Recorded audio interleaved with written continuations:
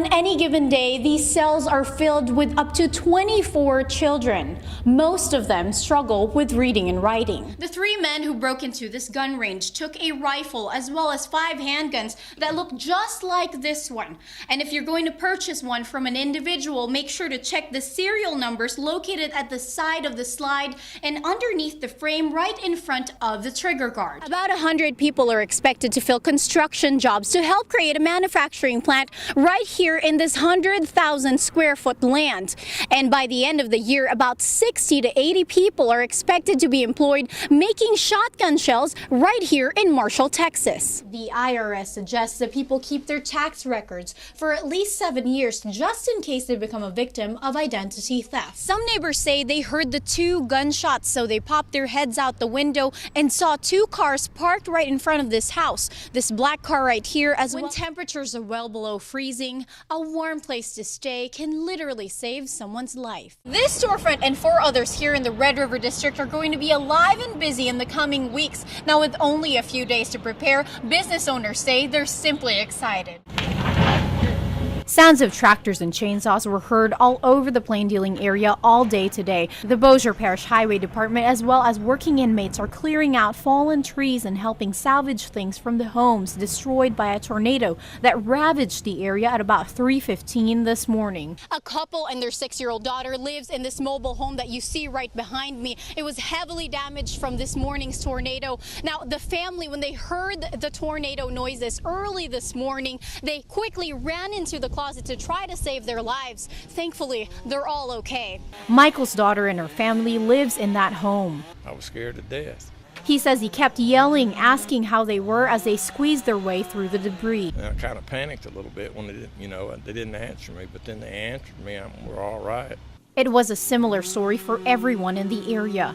The National Weather Service says the tornado touched down in Hassan and Caddo Parish and made its way through to Bossier Parish. They say this is the worst damage they've seen all over the Arklatex from this particular tornado that swept through at about 115 miles per hour. Deputies say at least 4 houses were destroyed while another 10 were moderately damaged. Despite all the mangled property, everyone in the neighborhood is simply thankful that no one was hurt. I hate to lose my stuff, your house or whatever, your car, but if you ain't got your family, you ain't got nothing. The highway department workers say they will remain on site until midnight. In Bossier Parish, Bia Roldan, Fox 33 News, Arklatex. Over spring break, Bird High School students got devastating news that one of their classmates, 16-year-old Devorius McGee, died due to a car crash while riding his bike. If he would have had the option to be in a bike lane, then maybe he wouldn't have died. Morgan Johnson, who is close friends with McGee, came up with the idea to start an online petition to add bike lanes on the streets of Shreveport. Louisiana state laws say that bikers are allowed on the street as long as they stay farthest to the right as practicable. But on a busy street like this, without bike lanes, bikers say it just doesn't feel that safe. Like here on Fern Avenue, the law being give the motorist, the cyclist 3 feet if you're trying to pass. There's not even enough room on this road. Kerry Rainey rides his bike day and night instead of driving to save money and to stay fit. He says it's a struggle to stay safe with fast cars around him. I do everything on my bike. Everywhere I go, and if we had bike lanes, it would be much safer. Shreveport City Council says bike lanes have always been in their agenda, but they're just waiting for the funding and the right time. Do I think that we'll see some overnight change?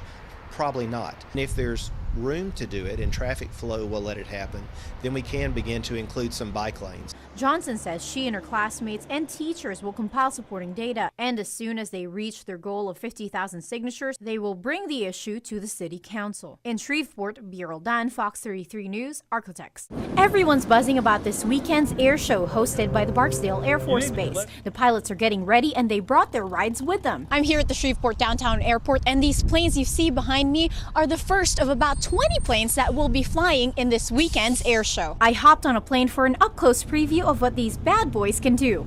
Let's see how this goes. It was exciting even without much of the tricks. What more this weekend, professional airshow performer Kevin Coleman was flying one of those planes. He talks about what his aircraft can do. So this airplane is extremely lightweight with a lot of horsepower. It'll do pretty much everything you think an airplane will not do. It'll tumble end over end.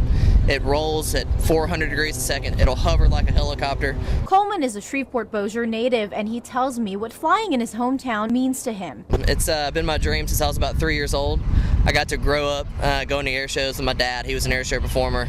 My brother was an air show performer. So I got to grow up doing it, and this is just what I wanted to do my whole entire life. So here I am, and like I said, I'm glad to be back in front of my hometown. He says aside from being entertaining, the show is mainly about our servicemen. Honoring our veterans and honoring our military and getting to see what our military does every day and getting to thank them personally and see them in person. So I think that's the greatest thing. The air show starring the U.S. Thunderbirds is free to the public. Gates open at 9 in the morning and the show starts at 11. In Shreveport-Bossier, Bia Roldan, Fox 33 News, Architects. A woman is dead tonight after a deputy-involved shooting in San Jose. Deputies were called to investigate a report of a suspicious person on Cleveland Avenue in an unincorporated part of the city. When they arrived on the scene, the woman confronted them with a gun in the driveway. Authorities say she refused to drop her weapon. That's when police opened fire. The woman was pronounced dead at the scene. The long-awaited fourth bore of the Caldecott Tunnel opened this morning. Cron Force Dan Rubin says the additional lanes should make life on Highway 24 a little easier. It was impossible to miss yesterday. San Francisco went all out to make one little boy's Make-A-Wish dream come true by turning much of the city into Gotham City. There's the tiny Cape Crusader Bad Kid. 5-year-old Miles Scott battled leukemia and is now in remission. Tonight, we're hearing how can pick them up at the Hall of Justice.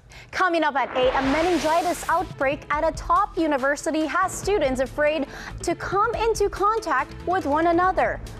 Residents of a Texas town evacuated due to a pipeline explosion, finally returning to home. Plus, we'll take you to Richmond where they want to make everyday Thanksgiving.